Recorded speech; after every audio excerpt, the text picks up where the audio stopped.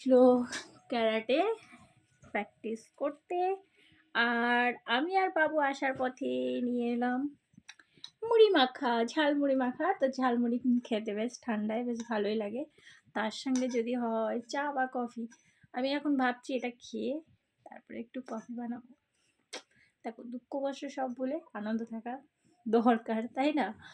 তো এখানে আমি নিয়েছি আর আমি দেখাচ্ছি আমার বাবু খাচ্ছে।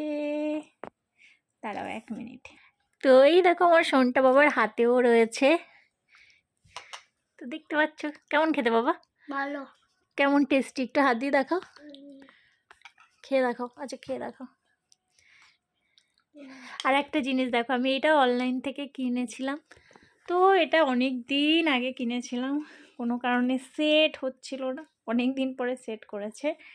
তো তোমাদেরকে দেখাই, এই যে এরকমভাবে সাজিয়েছি। তো এখনও হয়নি, আরও অন্যরকম মানে আমার সাজানোর ইচ্ছে। তো সেটা পরে হবে, যেহেতু আমার সময় ভালো হচ্ছে না কোনোভাবে, কোনো না কোনো কারণে খারাপ হয়েই চলেছে।